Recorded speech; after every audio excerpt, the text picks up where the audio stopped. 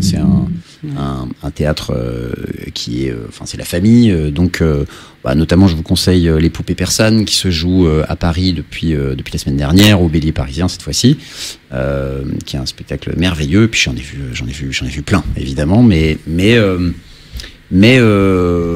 donc parfois je vais chercher des acteurs là-dedans, et par exemple je suis allé voir un spectacle mis en scène par Pierre Notte à la Scala Provence, un texte de Muriel Godin, et j'ai vu qui s'appelle, je sais plus, Un certain penchant pour la cruauté, je crois que ça s'appelait comme ça.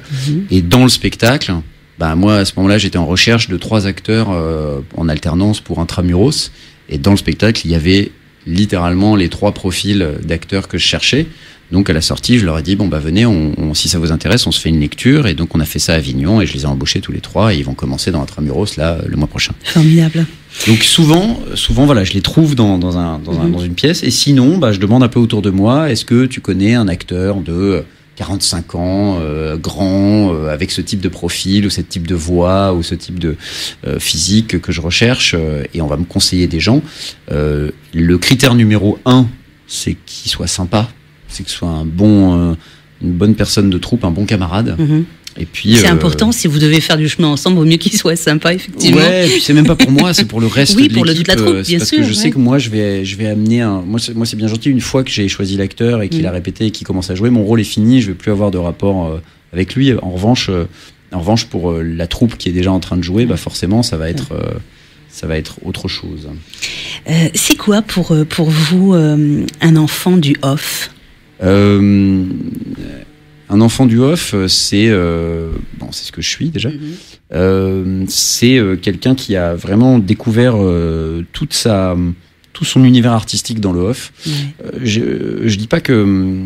disons que c'était surtout la réalisation de la possibilité de ce qu'on pouvait faire en partant du off. Avant ça, j'allais déjà beaucoup au théâtre, et la plupart des metteurs en scène que j'adore et que je suis, ils viennent pas particulièrement du off. Mais le fait d'arriver dans le off et de se rendre compte qu'en fait, plus ou moins n'importe qui peut amener un spectacle et le confronter à un public, c'était un véritable choc. Et je me suis dit, d'accord, j'ai pas besoin d'attendre la validation de mes pairs, j'ai pas besoin d'attendre de faire une carrière dans le subventionné en passant d'une petite salle à un peu plus grande, en montant des dossiers, en m'attaquant à des sujets politiques, etc. Non, en fait, je peux juste amener des spectacles, et si le public vient, si ça lui plaît, le spectacle va trouver un équilibre économique, et les acteurs vont pouvoir en vivre, et moi je vais pouvoir faire un autre spectacle. Et c'est vraiment dans le off que j'ai appris l'économie du théâtre de compagnie, quoi. Et ça a été un grand choc la première année. C'était en 2005, j'avais 22 ans. Et j'ai amené un spectacle qui s'appelait Une folle journée, qui était une adaptation du Mariage de Figaro. Bon marché, oui. Et puis ça a été tout d'un coup ça a été un déclic, et à partir de là, l'année d'après, je suis revenu avec un autre spectacle, et puis un autre spectacle l'année d'après, et puis de fil en aiguille, on s'est professionnalisé, et finalement on a fini par avoir des spectacles à Paris, et c'est comme ça que ça a démarré. Si on devait citer un atout à avoir quand on est passionné de théâtre et qu'on a envie d'en faire son métier, ce serait lequel, selon Ça dépend vous ? quel poste on a envie d'occuper. Si c'est pour metteur en scène ou auteur ou comédien, c'est pas le même atout. Bien sûr, j'imagine, oui. Mais si on a envie d'être comédien ? Si on a envie d'être comédien... En dehors de la patience ? Non, je pense que si on a envie d'être comédien, il faut déjà bosser, et avoir l'envie de travailler, et puis il faut être sympa, en fait. Mais je dis souvent ça en cours de théâtre. Je dis, écoutez, vous savez, je vais souvent faire des cours, des interventions où je vais faire une masterclass pendant 2 heures et parler un peu du métier. Et souvent, je prends à partie la classe et je leur dis, voilà, dans 10 ans, dans 20 ans, tout le monde, ici, ne sera pas en train de travailler. Et ceux qui sont aujourd'hui les stars du cours de théâtre, qui ont les meilleurs rôles, etc., ne seront pas forcément ceux qui seront en train de travailler. Il y a de fortes chances que ceux qui sont en train de travailler, c'est ceux qui sont sympas.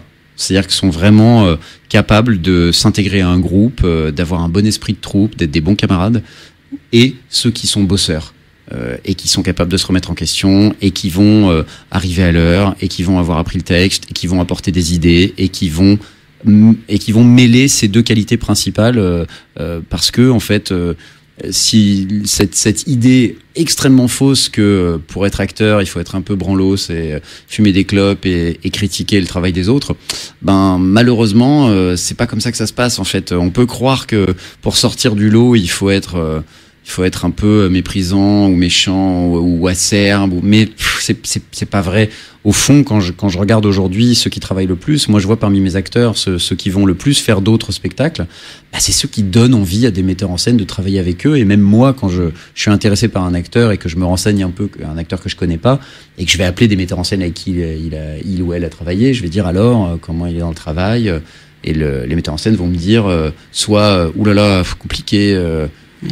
Pour telle et telle raison, soit ah ouais c'est un super mec ou une super nana, vraiment super camarade, fonce, tu vas voir, il va être au top.